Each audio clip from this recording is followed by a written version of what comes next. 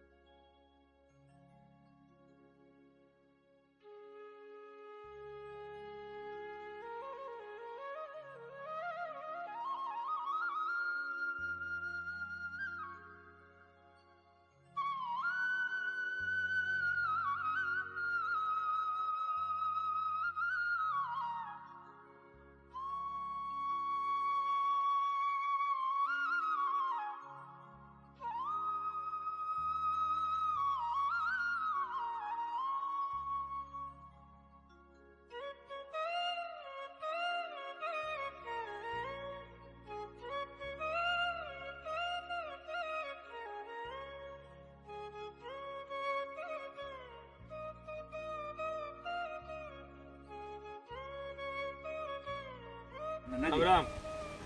શું નામ તમારું? રાજેશભાઈ જસવંતભાઈ ડોબરિયા બગડો. બગડો.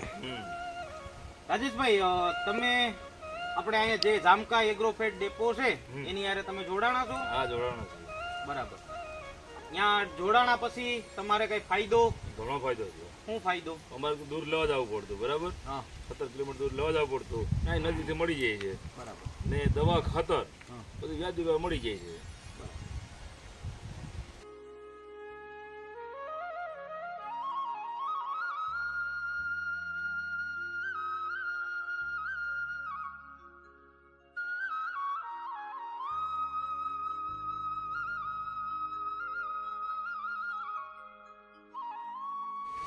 રાજેશભાઈ, આપણે અહીંયા જે જામકા એગ્રોફેડ જે FPO બનેલ છે, એ FPO દ્વારા તમે અહીંયા દવા બિયારણ અને ખાતરની ખરીદી કરો છો, જેનાથી તમને ઘણા ફાયદા થયા, તમે વાત કરી.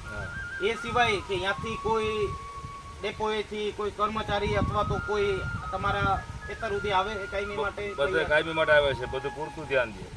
પૂરતું ધ્યાન, બરાબર. ને સાચી સલાહ આપે. શું સલાહ આપે? આ રીતે દવા છાંટવી, આ રીતે ખાતર નાખવું, બરાબર, આ બિયારણ વાવવું, એટલે ઘણો ફાયદો થયો છે. આમ ઉત્પાદનમાં ઘણો ફાયદો થાય છે. તો આપણે ભલે માલ તો બનવા માંડ્યો, બરાબર, ક્વોલિટી સારી બને, માલ સારો બનવા માંડ્યો, તો એનો આગળ પૈસા વધારે મળે એવું કંઈ ગોઠવવું હોય તો શું કરવાનું? હા, એમાં રાજુભાઈ આપણે જે ડેપોએથી સારું બિયારણ, સારી દવા, સારું ખાતર આપણે એનો વ્યવસ્થિત સમજીને ઉપયોગ કરીએ છીએ એટલે માલનું ઉત્પાદન મળે છે.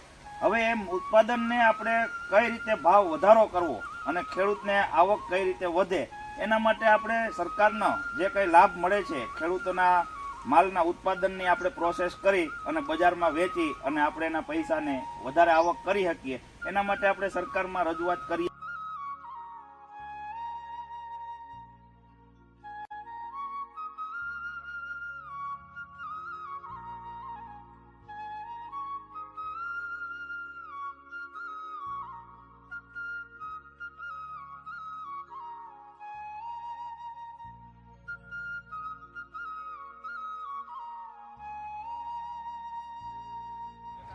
તમારું નામ બોલજો ને. કેતનભાઈ ડોબરી, ગામ, બગદુ, તાલુકો, જિલ્લો. જુનાગઢ.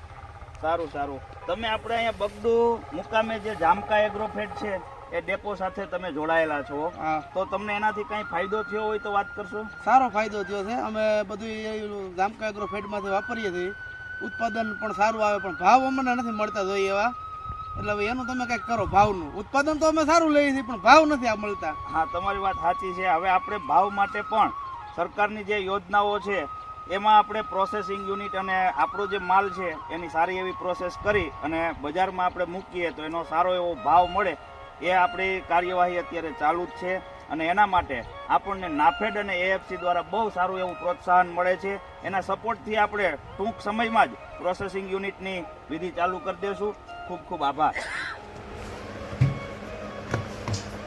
નમસ્કાર, હું Virani Mitesh, Jamka Agrofed producer company limited Bagdu, જેમાં હું ડિરેક્ટર પદે ફરજ નિભાવું છું. અમે સને 2020-21માં એએફસી ઇન્ડિયા લિમિટેડ અને નાફેડ, જેમના કર્મચારી તરીકે અલ્પેશભાઈ રાઠોડના માર્ગદર્શન નીચે એફપીઓની શુભ શરૂઆત કરી. એફપીઓ કયા હેતુથી કામ કરશે, કઈ રીતે ખેડૂતોને માર્ગદર્શન આપી અને ફાયદો આપી શકીએ, આ તમામ માર્ગદર્શન જે એએફસી અને નાફેડના કર્મચારી અલ્પેશભાઈ રાઠોડે અમને આપ્યું, એ માર્ગદર્શન પ્રમાણે અમે આગળ વધ્યા. રજિસ્ટ્રેશન કરાવ્યું. સરકારના જે 10,000 એફપીઓનું આયોજન હતું, એ આયોજન નિમિત્તે અમે પણ એમાં જોડાયા અને એક સાથે ખેડૂતોને એકઠા કરી, ખેડૂતોને અવેરનેસ મિટિંગો કરાવી, વિગતવાર માહિતીઓ આપી અને જોડ્યા. અંદાજે અમે 6 લાખ જેવું ફંડ એકત્રિત કર્યું, જેની સામે સરકારે મેચિંગ ઇક્વિટી ગ્રાન્ટ પેટે 6 લાખ રૂપિયા અમને સામે આપ્યા. જે 12 લાખ મૂડીના અમે યોગ્ય ઉપયોગ માટે ઇનપુટ શોપની શરૂઆત કરી, જે અત્યારે હાલ Jamka Agrofed producer company limited બગડુ depot નામથી અત્યારે બગડુ મુકામે સ્થિત છે. હવે જે બગડુ ડેપો છે, એ ડેપોથી ખેડૂતોને શું ફાયદો થયો કે સારા એવા હાઇબ્રિડ બિયારણો, સારી એવી ક્વોલિટીની સારી કંપનીની દવાઓ, જૈવિક અને રાસાયણિક બંને પ્રકારની દવાઓ અને ખાતરો ખેડૂતોને સુલભ્ય થયા.